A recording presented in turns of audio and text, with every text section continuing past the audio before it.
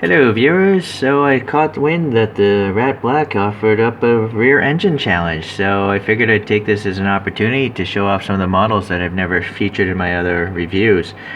I'm not actually going to review these models, I'm just going to let them spin away and you can decide for yourself based on the video if you want to get them. So I didn't really do much homework, also due to laziness. So I think we'll start here with this Kyosho. This is a Kyosho Lamborghini Silhouette. When I saw this at a shop, I thought it was a Jalpa because I think I built a model kit of a Jalpa as a kid. I never knew the Silhouette existed, but on the bottom of this thing it does say Silhouette. So it's most Lamborghinis are rear-engined, but this one is definitely rear-engined. You can even see the vents here on the back, so it's logical that would be the case. So Kyosho as usual. Pretty good details, plastic lenses front and rear. The wheels are always accurate. So yeah, the only issue is these models are old and very often have paint rash. So okay, that's spun around a couple times. I'm gonna do two more Kyoshos. You gotta have a Porsche, right? I mean, this is a loose model I picked up. I think this is a 964 based Speedster or 930 based Speedster. I actually don't know the difference between a 964 and a 930. I've been too lazy to look that up. Sorry, there's cat hair everywhere in my my place here. But yeah, this time around it's kind of open, so now I can see some of the interior details. Kyosho usually has decent molded interior details. It's just that all their interiors are black, so you can't really see much. They kind of shoot themselves in the foot with that. So that's too bad. Okay, so another one. This is a Ferrari 333 SP. And I like this car because it's a Le Mans racing prototype type of vehicle. Actually, I believe it was developed for IMSA racing. And oddly, this car was not actually developed by Ferrari. It's powered by a Ferrari, but it was actually developed by Dallara. And then later on, Michelotto made the Series 2 version of this. So I never knew that. It's actually a different chassis. So really weird. Okay. And then for some reason Kyosho, I don't know if they make a racing livery of this. I know there's some famous models of this with Momo liveries, like the steering wheel company Momo. But I haven't seen it. But then again, I haven't really researched it again. I just bought this locally. It looked cool.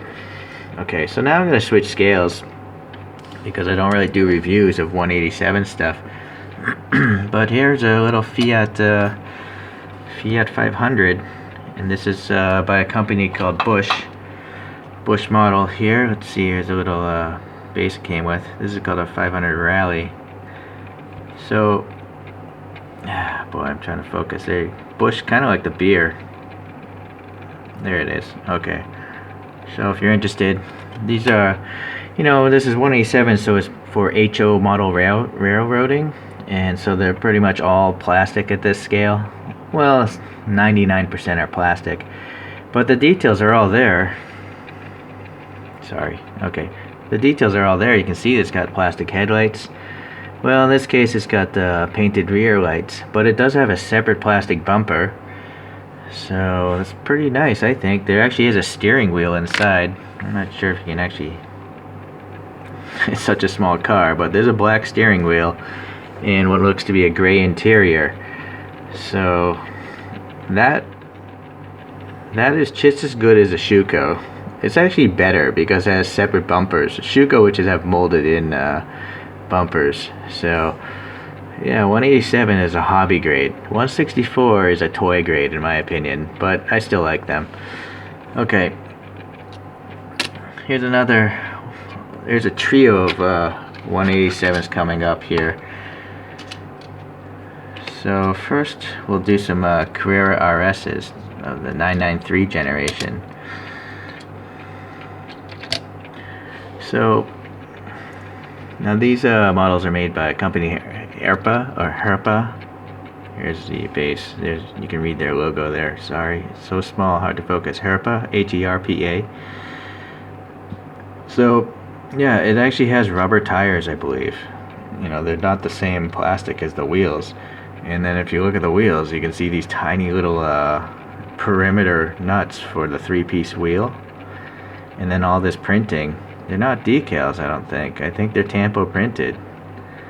So you got a white interior and a black steering wheel in this case. There's even a roll cage, and this roll cage looks better than the ones I see on CM's, which is a 1/64 scale brand. So it's really nice. I mean, look at the plastic inserts, not just for the headlights, but for the running lights here, which really again makes me wonder why all the first generation NSXs in the 1/64 scale don't have a piece of plastic where those lights are on the NSX. They're all lazy and just painted it. But here in 187th, they're willing to actually put in a piece of plastic. So molded in windshield wipers.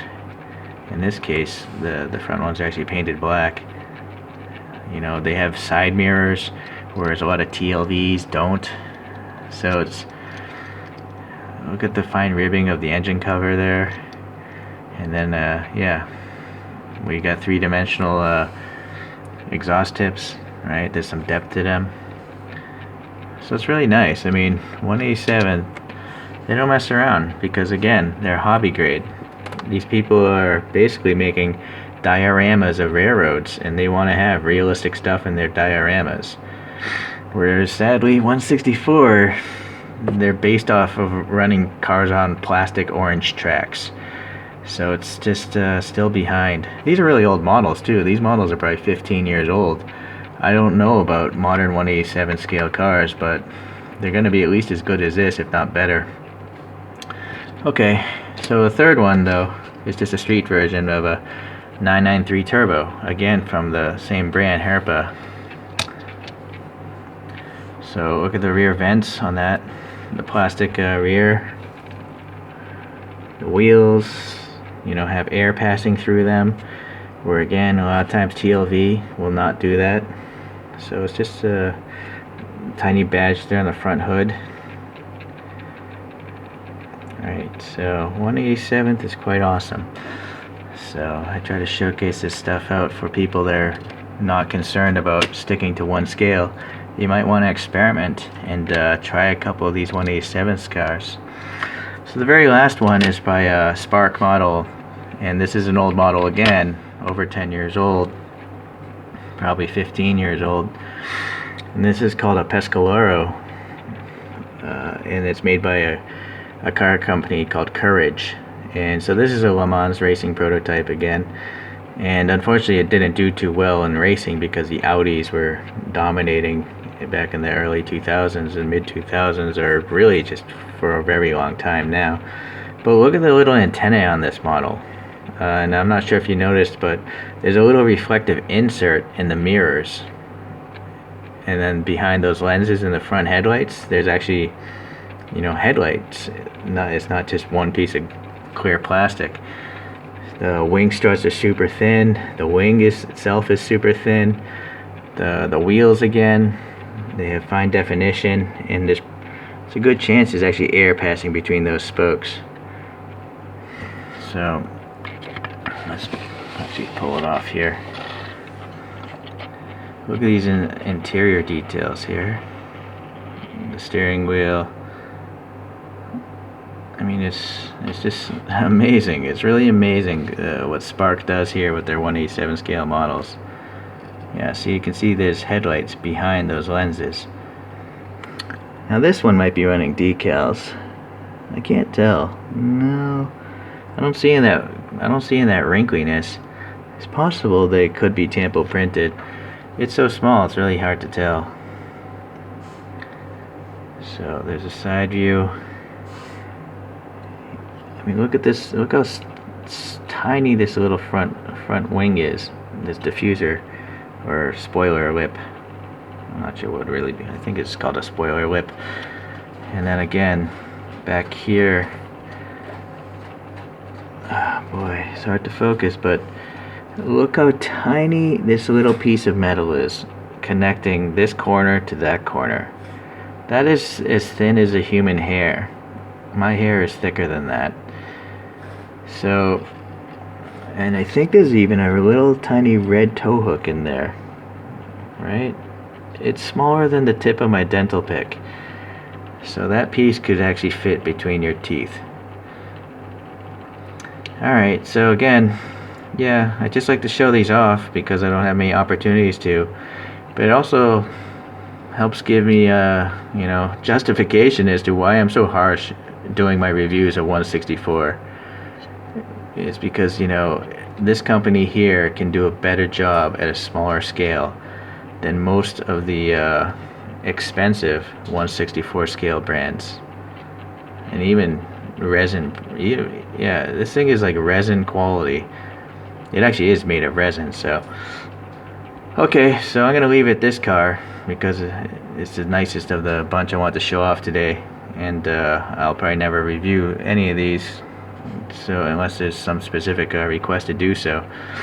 Okay, well guys, I appreciate the challenge and I appreciate you watching, and I'll see you guys in the next challenge. Take care.